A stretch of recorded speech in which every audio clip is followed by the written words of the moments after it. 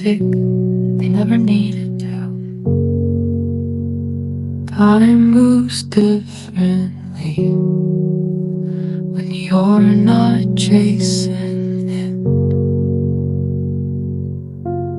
The echoes in the hallways have become familiar, like an old friend who speaks only in love. I've stopped rearranging silence into answers. Now I just let it sit beside me, like one that remembers every fold, like wood that the garden doesn't need my questions, it needs my presence. The marble no longer intimidates, it holds my steps without judgment. I've learned to sit with quiet, not as a burden, but as a guest who never leaves.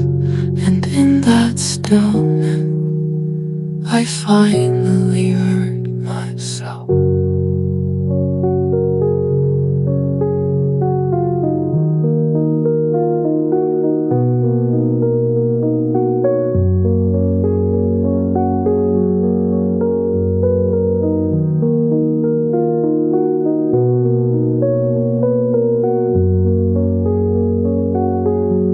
The echoes in the hallways have become familiar, like an old friend who speaks only in nods.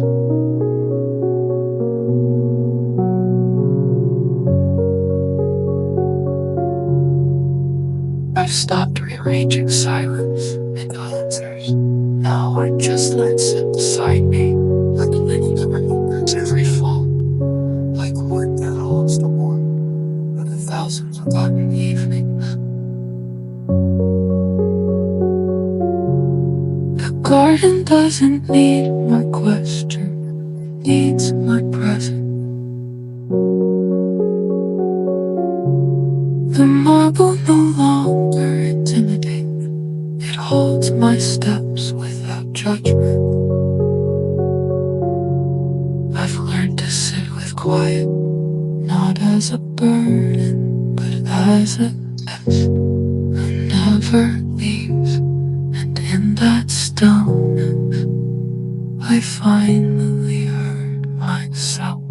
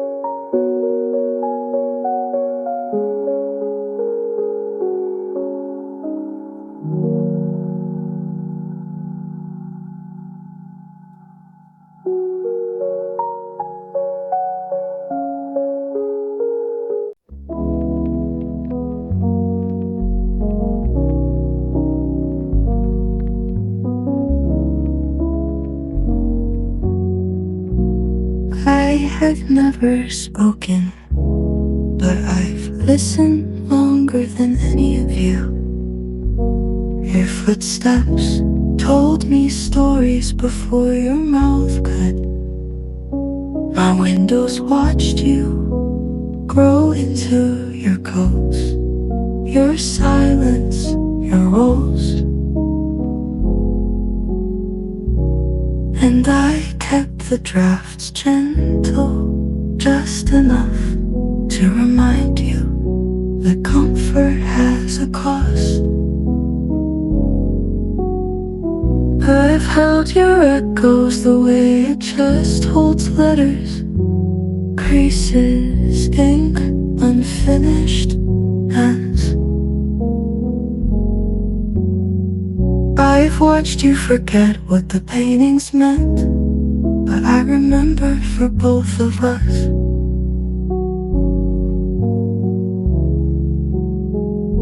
They called me cold, but that was marble, not malice.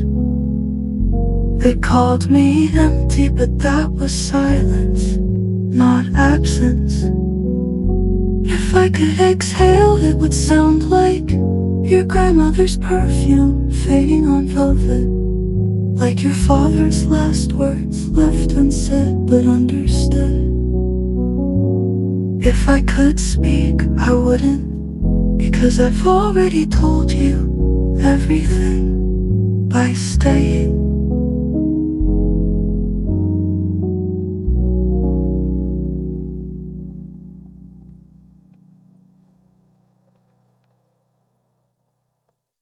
He folds his mornings like linen, creases straight but never stiff, tea brewed not poured, as if even time should be asked permission.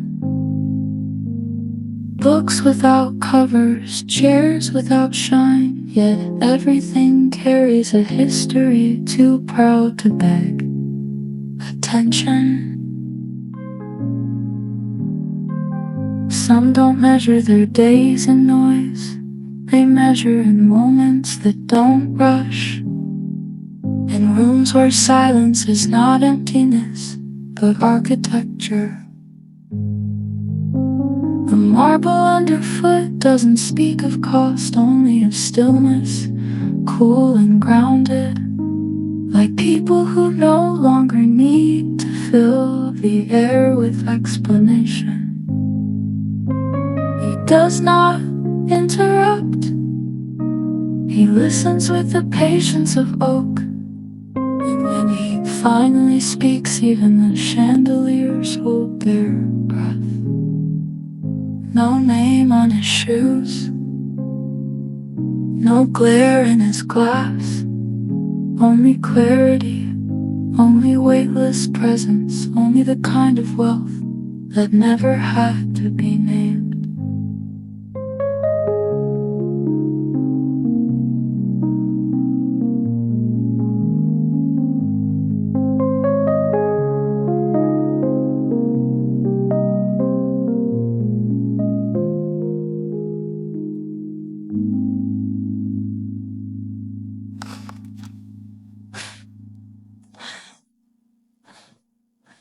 He does not interrupt.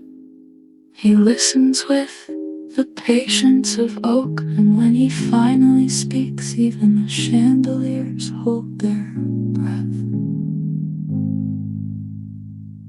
No name on his shoes, no glare in his glass, only clarity, only weightless presence, only the kind of wealth that never had to be named.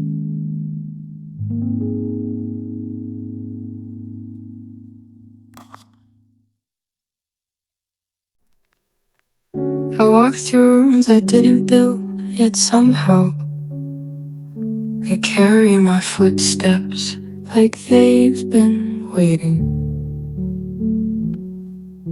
The portraits don't know my name, but they nod, as if they remember who I was supposed to be. The silence here isn't empty, it's inherited, passed down like porcelain and letters never sent. They taught me how to fold napkins, not how to ask for help. They taught me which fork to use, but not what to do when memory tastes like dust. There's a garden I visit but never touch. Its symmetry is perfect, just like their expectations.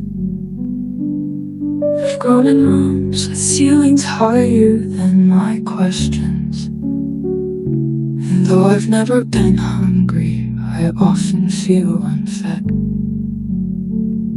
Still I light the lamp at dusk, the same way they did.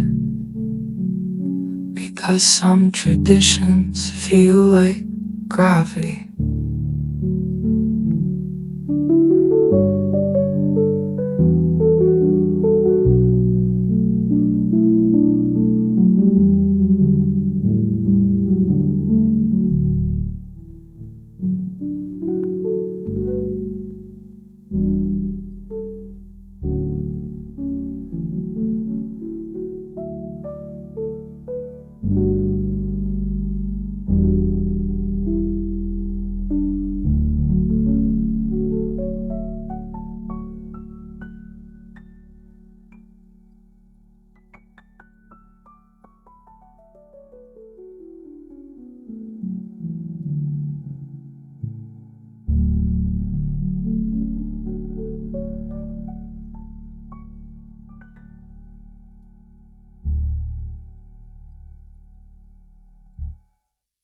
They taught me how to fold napkins, not how to ask for help. They taught me which fork to use, but not what to do when memory tastes like dust. There's a garden I visit but never touch. Its symmetry is perfect, just like their expect dust. There's a garden I visit but never touch. Its symmetry is perfect, just like their expect dust. There's a garden I visit but never touch. Its symmetry is perfect, just like their expect dust. When memory tastes like dust. There's a garden I visit but never touch. Its symmetry is perfect. Its symmetry is perfect, just like their expect dust. I've grown in rooms with ceilings higher than my questions, and though I've never been hungry, I often feel unfed. Still I light the lamp at dusk, the same way they did, because some traditions feel like gravity. I've grown in rooms with ceilings higher than my questions, and though I've never been hungry,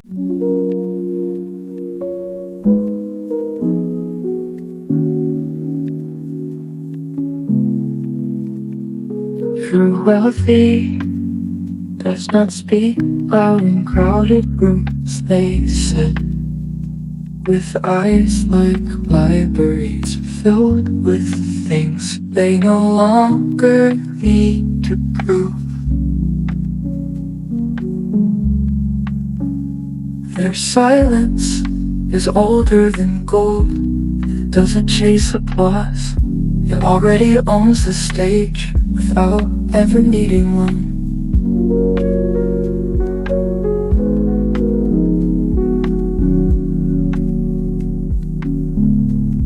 You see them in the quiet, on balconies where time slows down, holding tea, like they're holding centuries, not performative, but presence, not decorated, but defined.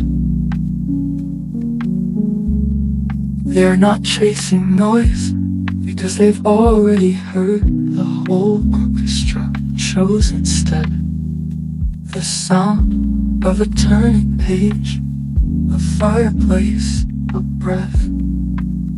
The true wealthy knows the difference between attention and affection, between loud success and lasting value. They walk slower, but never behind, because elegance was never in a hurry. The true wealthy is not noise, it is depth disguised as stillness.